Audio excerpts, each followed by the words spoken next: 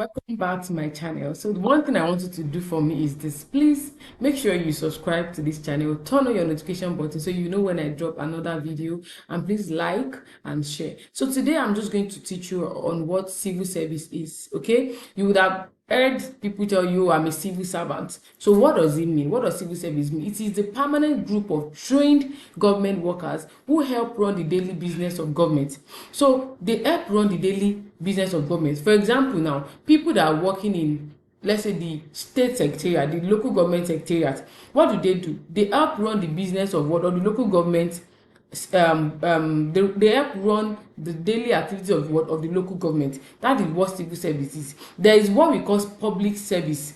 Those are, they will tell you, that public servants. Like now, those teachers, police, they are public servants. But when you're talking about civil service, they are like trained government workers that help run the business of government. You understand? So they are not politicians. What they do, they stay in office no matter which political party is in power.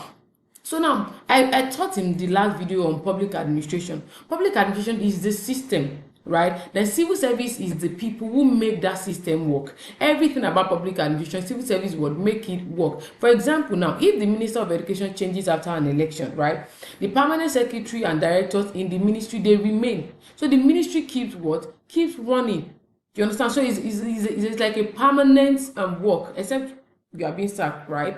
Now let's look at the main functions of the civil service. What do? Policy advice. They advise ministers on policy matters.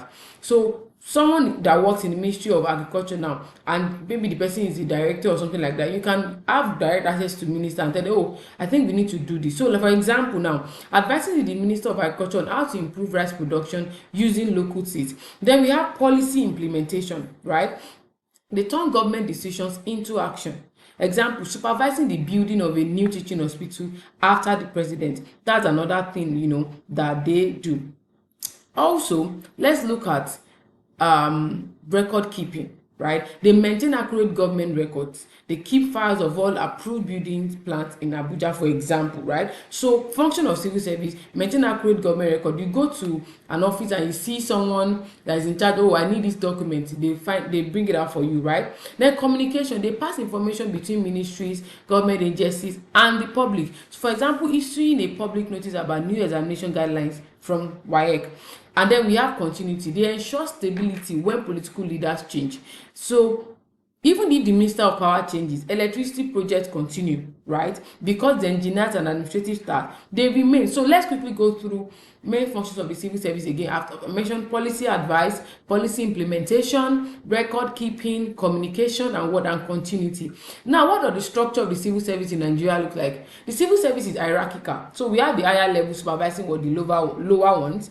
So now we have minister. Minister is not part of the civil service but works with it. So I said civil service, they are the group of people, right? Minister now is under public administration, you understand? But they are the political head of civil service. So when you're talking about civil service, I'm talking about ministry, right? We're talking about state government, we're talking about the local government, right? So the minister is like the political head. Just the way you have commissioner in the state government, right? And then you have local government chairman. Do you understand? So the hierarchy is, we have minister, who is political head, then we have permanent secretary, who is the top civil servant in the ministry, and the permanent secretary is the administrative head, more like the head in civil service. Then we have directors, they head specific departments, you know, in that ministry. Then we have deputy directors and assistant directors. They are like the middle management. And we have officers. You see someone that was working in the Ministry of Work and said I'm a level 14 officer. So from level 8 to 14, they are senior and principal officers handling technical and administrative work. Then we have the support staff from level 1 to 7 officer. They are the clerks, the drivers, the messengers, and all of that work for all these senior and principal officers. So for example, in the Federal Ministry of Health, the minister, they are like the political appointee. Then permanent secretary, we have that coordinate all the work, and directors, the lead department. For example, in like public health department, hospital services department. I hope you understand now, right? Please, if you have any question, make sure you drop it in the comment section. Then we have types of civil service. We have 3: federal civil service, Those are the civil service that they work for what? For the federal government. Civil servant that work for what? For the federal government. Example, you are working for the Ministry of Works. Then we have state civil service. They work for what? For state government. Like now, you are working for the Lagos State Ministry of Education. Are you getting it now? Then we have the local government service. That's you are working for local government areas. Like now, we can say that maybe teachers in local government primary schools, for example. But in this particular case, I would say that in some context, teachers could be regarded as public servants. You understand? So I would say that when you're talking about local government service, when you want to give example of staff working in the local government council. Do you understand? Now, characteristics of the civil service, there's permanence. That's one, permanence. What does that mean? Workers stay even when government change. Then there's also what? Neutrality. They must not favor any political party. You get? They must not favor any political party. Then we have anonymity. Ministers take credit or blame. Civil servants, they work quietly behind the scenes, while the ministers take credit or what? Or blame. Then expertise. They are trained specialists. Then we have hierarchy, like clear chain of what? Of command. And we also have impartiality. Decisions should be based on what? On merit, not personal interest. So let's go back again. Characteristics of civil service. You have permanence. The workers stay even when government change. Their work is permanent. Then neutrality. They do not favor any political party. Anonymity means the civil servants, they are anonymous in this context. Whatever they do that is a mistake, the ministers take credit or blame. Right? Then expertise, they are also trained specially. They train them. Then there's also a clear chain of command. That's hierarchy.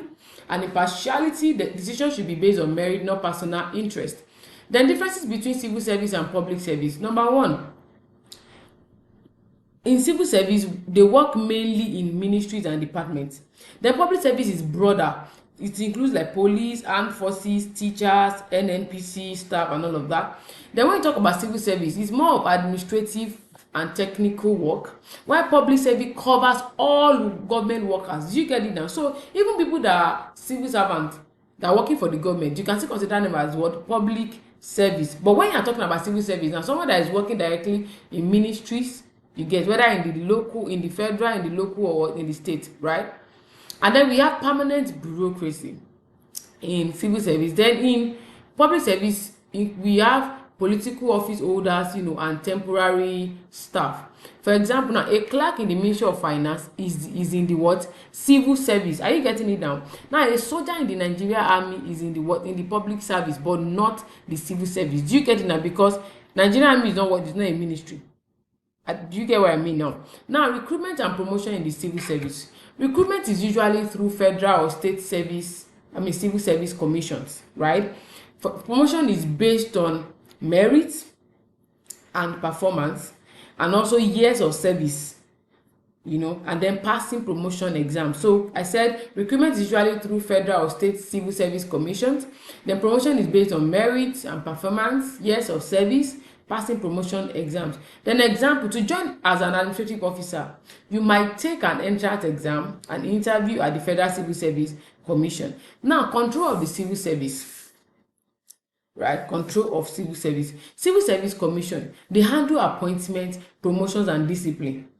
Do you understand? So, like we're saying that, how do they control the civil service? We have the Civil Service Commission. You would have heard that a lot of times. What they do is they handle all the appointments, they are promoting staff and disciplining staff.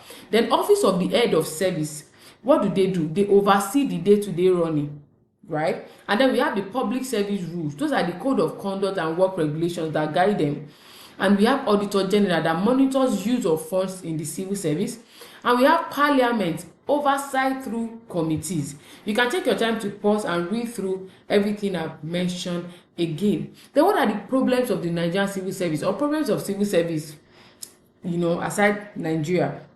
Corruption, bribery, misappropriation of funds, Also red tape, slow processes and unnecessary steps, you know, having to take different stages to get approval for some things. Then we have political interference, politicians pushing for unqualified appointments. That's another problem. Then we have nepotism, jobs given to relatives, you know, when they give jobs to relatives. Then low morale, you know, poor salaries, you know, and conditions. Then we have ghost workers, you know, fake names on payroll. That's another thing. So a road project, for example, delayed for years because files were lost in the ministry until a bribe was paid. You can imagine. So that's an example of problems, you know, in the Nigerian civil service. Now, reforms to improve the civil service. There should be merit-based recruitment. Hire people by skill, not connections. Training and retraining, you know, there should be regular professional courses. Then e-governance, they should reduce paperwork with online systems. So if you want to register, you can, you know, register online. Then performance-based promotion, you people should be promoted based on reward, you know, not just years served. And then stronger monitoring, audit offices and whistleblower protection. There should be stronger monitoring on people that are auditing funds, you know, transfer of funds and all of that. So one thing I want you to remember is that public administration is the system for running government, while civil service, the people who keep that system working on a daily basis. I believe you understand everything I just said. If you need to watch again, please watch again. And if you have questions, do well to ask questions. See you in my next video. If you have not subscribed, this is the best time to subscribe. Okay, thank you, and share with your friends. Bye.